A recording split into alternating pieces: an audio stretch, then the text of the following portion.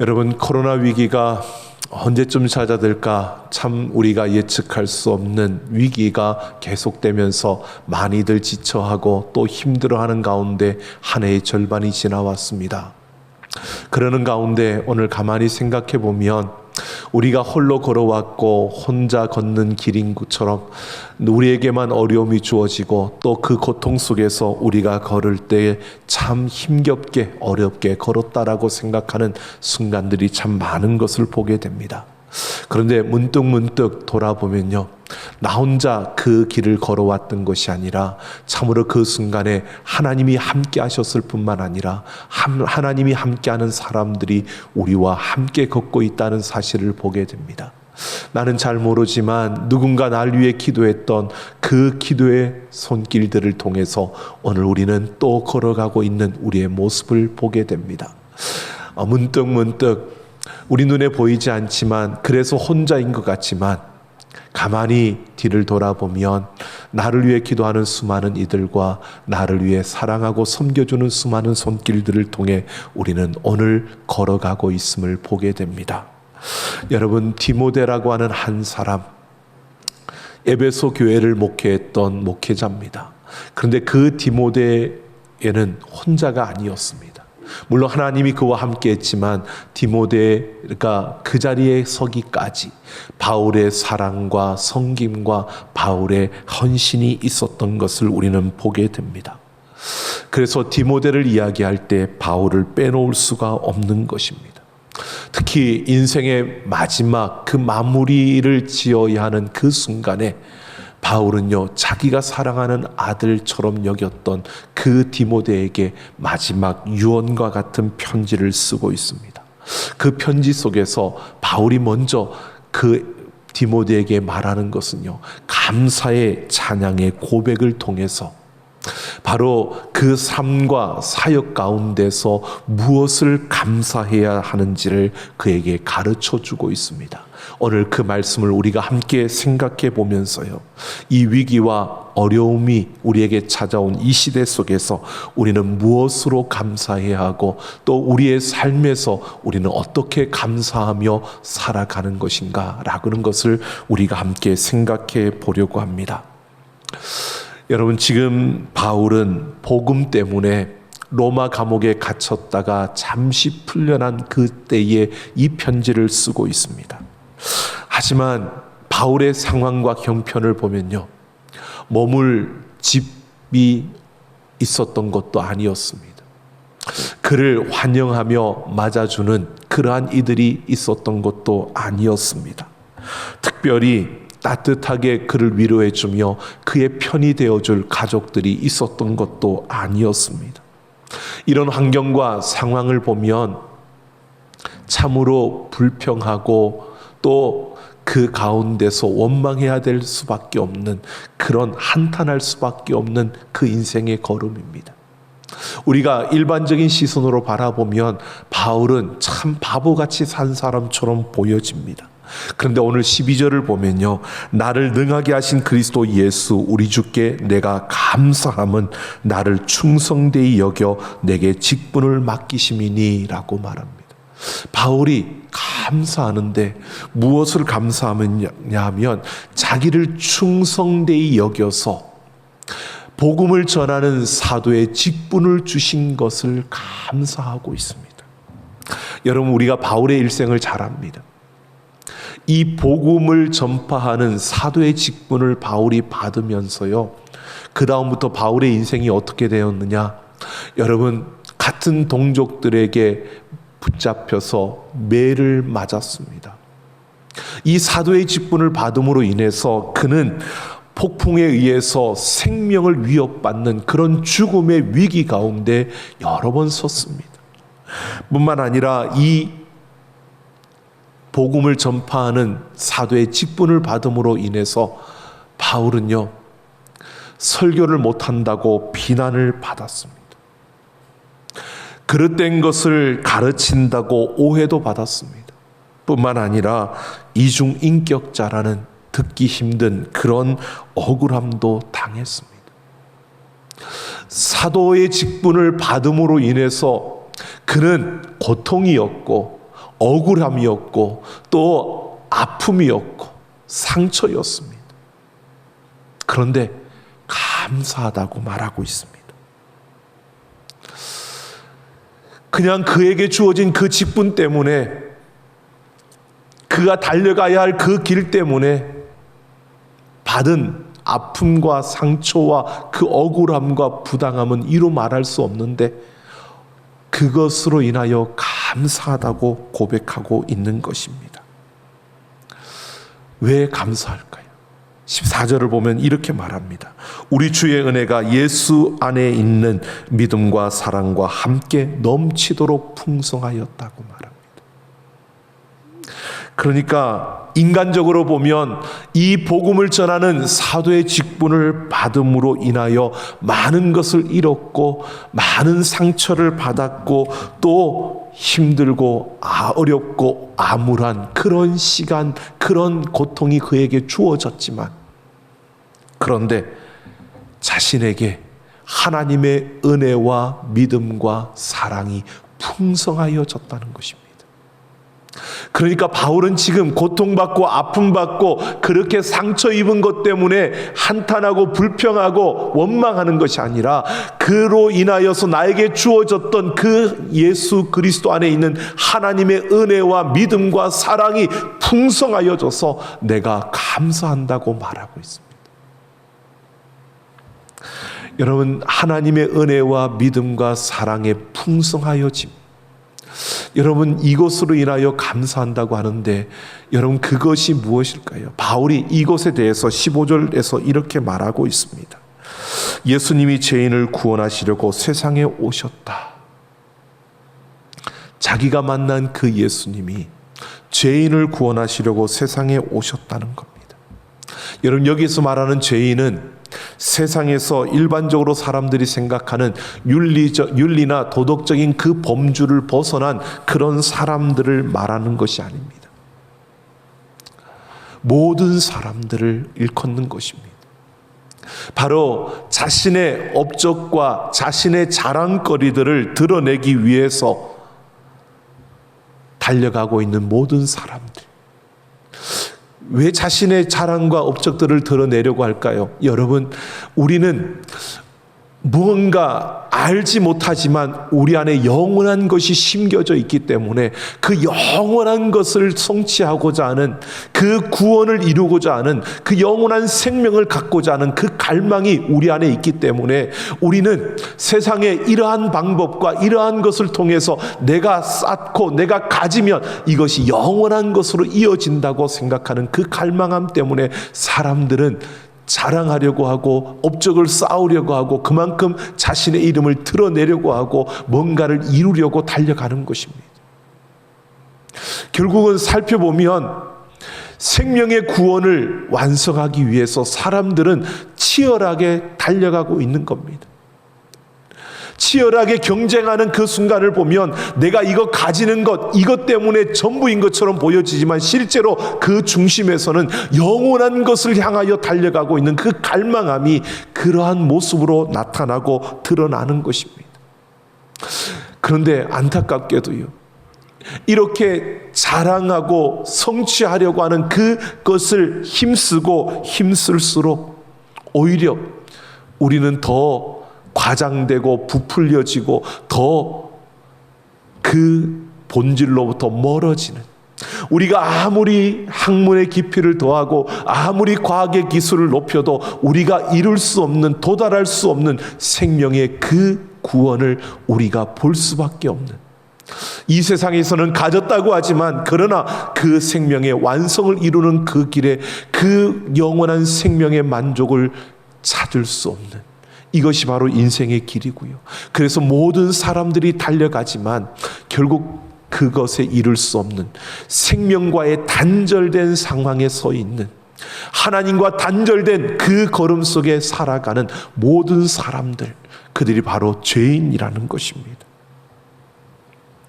생명의 구원의 완성을 위해서 노력하지만 이룰 수 없는, 생명과 단절되어 있는 사람들, 이들을 바로 죄인이라고 말합니다.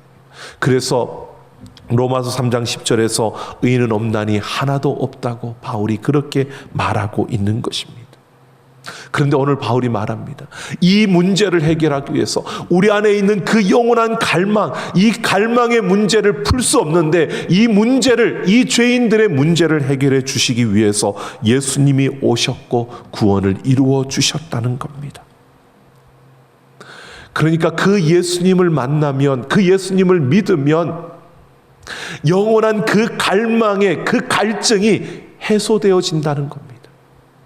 세상의 그 어떤 것으로도 이룰 수 없었던 그 생명의 구원을 예수님을 통해서 이룰 수 있게 되어진다는 것입니다. 그 생명을 이 바울이 가지게 되었고 예수님을 통해서 그 생명을 품게 되었습니다. 그러고 나니까 세상에서의 자랑과 세상에서의 업적과 사람들로부터 구했던 칭찬과 인정받음은 그로부터 사라지고 그에게서 벗어날 수 있게 되었다고 바울이 고백하고 있는 것입니다. 여러분, 예수 그리스도 안에 있는 그 생명을 통해서 바울은요, 세상 사람들이 달려가는, 죄인들이 달려가는 그 길로부터 벗어날 수 있었다는 것을 말하고 있습니다. 여러분, 물론 우리가 세상에 있기 때문에 예수 그리스도를 믿는다고 해서 완전하게 여러분 그 세상의 걸음 속에서 벗어나지는 못할 것입니다. 다만 우리는요, 세상의 자랑과 세상에서의 그 업적이 우리에게는 부질없는 것이라는 것을 우리는 분명히 압니다. 영원한 것이 아니고 우리가 죽으면 그 모든 것들은 끝나버리는 것이라는 것을 우리는 분명히 알고 있습니다. 바울은 이것을 깨닫고 나니까, 그 생명을 가지고 나니까 더 이상 이 세상에서 귀하게 여겼던 그 모든 것들이 하찮게 여겨졌고요, 그렇게 달려왔던 자신의 그 모습을 보게 되었습니다. 그래서 그가 이렇게 고백하는 겁니다. 죄인 중에 괴수라고요. 이것은 예수님 안에 있는 그 절대 생명을 경험하고 나니까 자신의 업적과 자랑이 온전하지 못하다는 것을 깨닫게 되었다는 겁니다. 그러니까 아무것도 할 수 없는 그런 비천한 존재, 내가 이걸 자랑했지만 그러나 그것은 예수 그리스도의 그 생명을 얻고 나니까 그건 자랑거리가 아니고, 내가 이런 것을 할 수 있다라고 생각했지만 예수 그리스도의 그 생명을 경험하고 나니까 나는 아무것도 할 수 없는 정말 무지한, 정말 어떠한 하나님 앞에 도움도 되지 않는 그러한 비천한 존재임을 그가 깨달았다는 것입니다. 이것을 인정하는 고백입니다. 죄인 중에 괴수라고요. 이렇게 고백하면서 16절을 보면요, 하나님께서 주를 믿어 영생 얻는 자들에게 본이 되게 하려고 자신에게 긍휼을 베풀어 주셨다고 말합니다. 자신이 이렇게 그 비천한 존재인데 그런 자신을 하나님께서 긍휼을 베풀어 주셨다는 겁니다. 복음의 그 사도로 자신을 부르시는, 다른 이들에게 본이 되게 하려고 이렇게 긍휼을 베풀어 주셨다는 겁니다. 바울은요, 예수 그리스도 안에 있는 그 생명을 통해서 자신이 비천한 존재임을 깨닫고 인정합니다. 그리고 자신에게 부어진 그 은혜와 긍휼이 얼마나 크고 놀라운지를 그가 깨달아 알게 되었다는 것입니다.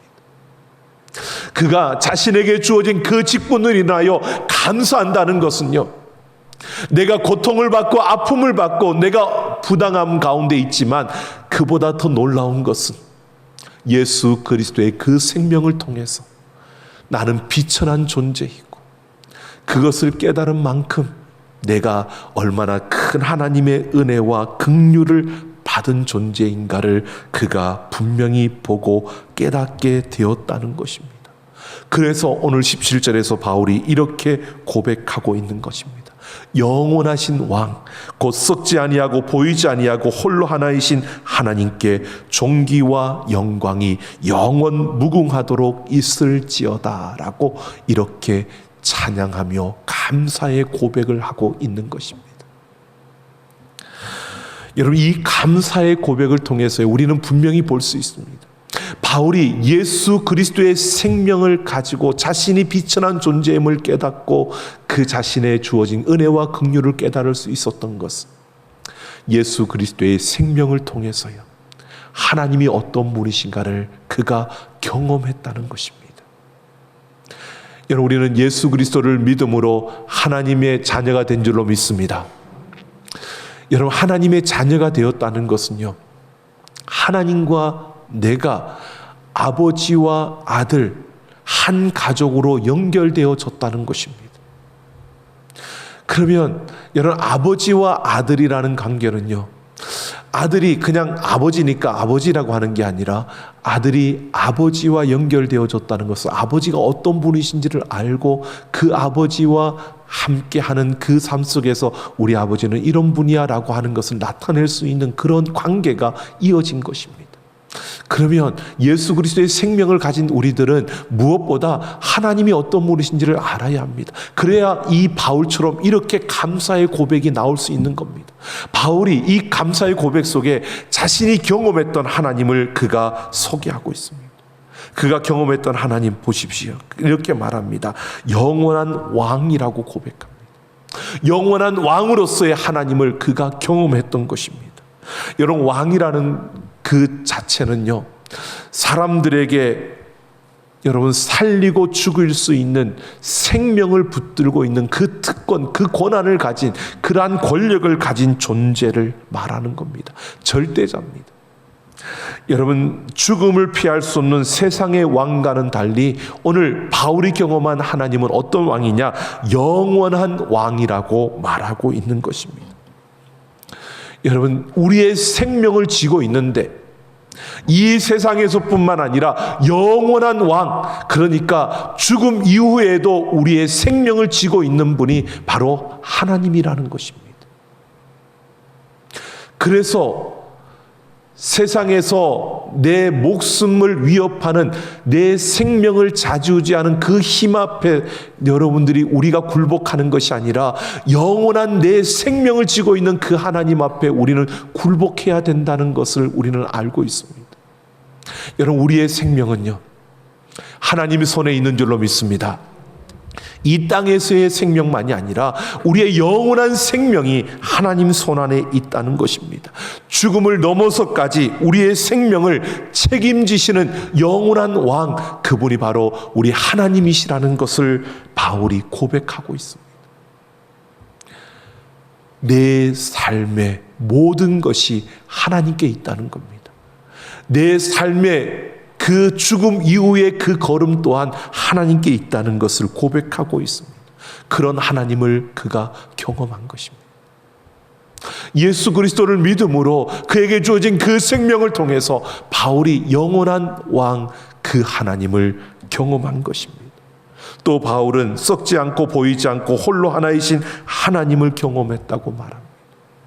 썩지 않는다는 말은 죽지 않는다는 것이고요, 또 홀로 하나이신 하나님, 여러분, 이것은 하나님에게만 해당되는 그러한 표현입니다. 이 세상에는 홀로 하나인 그러한 생명체나 사물은 없습니다. 아무리 희귀한 생물이나 사물이라 할지라도요, 그 같은 것들이 있습니다. 혼자서 존재하는 그러한 것은 이 세상에 없습니다. 오직 하나님 한 분밖에 없습니다. 그래서 하나님께서 나는 스스로 있는 자라고 그렇게 모세에게 말씀하셨습니다. 나는 스스로 있는 자, 나는 홀로 있는 자라는 것입니다. 여러분, 사람들은요, 눈에 보이는 것으로만 봅니다. 그러다 보니까 모든 것이 짝이 있고 혼자가 아니고 같은 존재들이 같이 있는데 혼자 있는 것처럼 보여지는 게 사람들의 눈에 보였습니다. 그것이 바로 태양입니다. 그래서 고대인들은요, 태양을 신으로 섬겼던 겁니다. 여러분, 그런데 가만히 생각해 보십시오.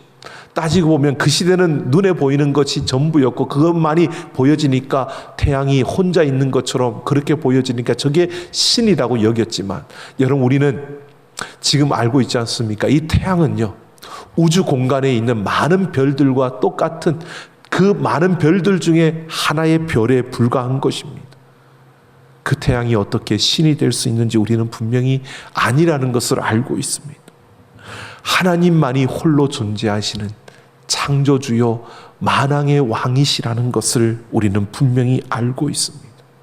그래서 하나님은 이 땅의 모든 것을 창조하신 창조주로서요, 하나님이 이 땅의 모든 것을 만드셨기에 이 땅에 만든 모든 피조물들을 통해서 하나님이 이런 분이실 거야 라고 우리는 하나님을 어느 정도 볼 수 있지만, 하나님이 이런 분이야 라고 정의를 내릴 만큼 이 세상의 그 어떤 것도 하나님을 그대로 보여주는 그러한 존재는 없습니다. 하나님과 똑같은 그러한 존재는 없다는 겁니다. 하나님 홀로 한 분이시라는 것입니다. 바울은 이렇게 예수 그리스도를 믿음으로 하나님을 경험했습니다. 이 하나님이 이런 분이시라는, 하나님께서 영원한 왕이시고 바로 하나님께서 홀로 한 분이신, 썩지 아니하시는, 보이지 아니하시는 홀로 한 분이신 그 하나님을 경험한 바울은요, 자신의 삶을 새롭게 볼 수밖에 없었습니다. 시선이 달라진 것입니다. 그 예수님의 생명이 나에게 있기에, 그 하나님이 나의 하나님이시기에 자신의 삶을 바라보는 그 시선이 바뀔 수밖에 없는 겁니다. 그래서 자신의 삶에 그 어려움과 고통과 아픔들 더 이상 문제가 되지 않는 것이었습니다. 일반적으로 볼 때는 큰 문제인데 하나님의 그 은혜를 깨닫고 나니까, 그 생명을 깨닫고 나니까 그 모든 것이 문제가 되지 않는 겁니다. 여러분, 이러한 것들을 경험하지 않습니까? 어릴 때는 그것을 어린 시선의 눈으로 바라보면 참 큰 문제처럼 보여지고 그게 엄청 크게 보여지는데, 여러분 다 커서 어른이 되어서 우리가 그걸 보면 그때 그건 별 문제가 아니었는데 그게 왜 그때 그렇게 생각했을까? 또 여러분 그냥 보면 그렇게 크게 보이는 것들도 조금 작게 보여지는 것들이 있습니다. 여러분 바라보는 시선과, 여러분 그것이 달라진 게 아니라 우리의 시선이 달라지는 겁니다. 여러분 우리의 삶도 마찬가지입니다. 그냥 세상의 것에 맞춰져 있는 우리의 시선으로 바라보면 고통이고 아픔이고 문제고 큰일 난 것처럼 보여집니다. 그런데 여러분 영원한 하나님이 나와 함께 하시고 그 하나님이 내 생명을 붙들고 계시고 그 하나님의 은혜 안에 내가 있고 그 하나님의 긍휼 가운데 있다는 것을 보게 되면요, 우리 인생에 바라보는 그 시선이 달라진다는 것입니다. 그래서 바울은요, 그 골치 아프게 여겨졌던 문제들, 아픔으로 상처로 받아들일 수밖에 없는 그 모든 어려움들이 그에게는 더 이상 문제가 되지 않았습니다. 그래서 바울이 이렇게 고백하고 있는 겁니다. 하나님께 존귀와 영광이 영원 무궁하도록 있을지어다. 그 하나님을 찬양하며 그 하나님 앞에 감사하고 있는 것입니다. 여러분, 우리에게 이러한 은혜가 있기를 소망합니다. 여러분, 우리에게 주어진 삶에, 여러분 우리가 예수님 믿고 살아가는 그 삶이요, 예수님이 함께하기 때문에 우리에게 어려움이 찾아오지 않는 게 아닙니다. 우리에게 위기가 주어지지 않는 게 아닙니다. 우리에게 고통이 주어지지 않는 게 아닙니다.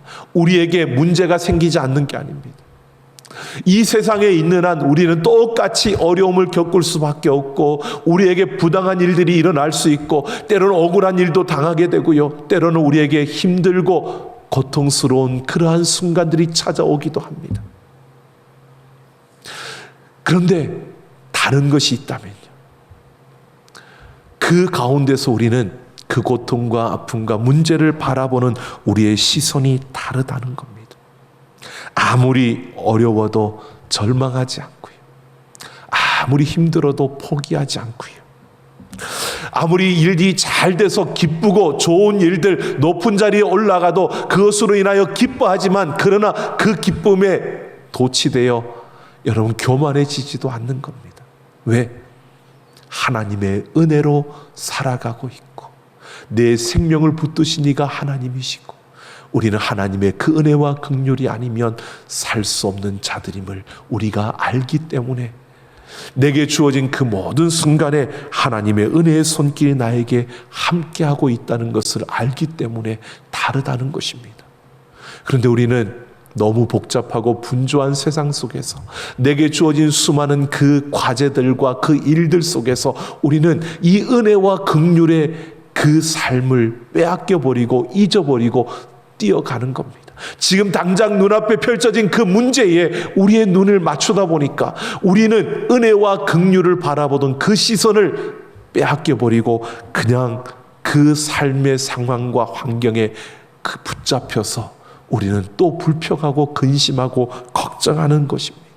여러분, 우리에게 어떤 순간이 주어지더라도요, 하나님의 은혜와 긍휼을 놓치지 아니하고 우리와 함께 하시는 하나님의 그 손길을 따라 날마다 감사하며 범사에 감사하며 살아가는 우리가 되기를 예수님의 이름으로 축원합니다.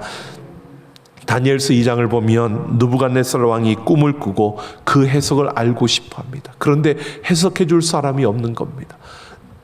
진노하여서 화가 난 그는요, 모든 지혜자들을 다 죽이라고 명령합니다. 그 지혜자들 그 범위 안에 다니엘도 들어가 있습니다. 그 왕의 군사들이 다니엘을 죽이려고 찾아왔을 때 다니엘은 두려워하지 않습니다. 오히려 당당하게 내가 그것을 너희들에게 알려주겠다고 나에게 왕을 만나게 해달라고 합니다. 다니엘이 지혜로워서, 다니엘이 그만큼 지식이 있어서, 다니엘이 그러한 능력이 있어서 그렇게 말하고 있는 것이 아닙니다.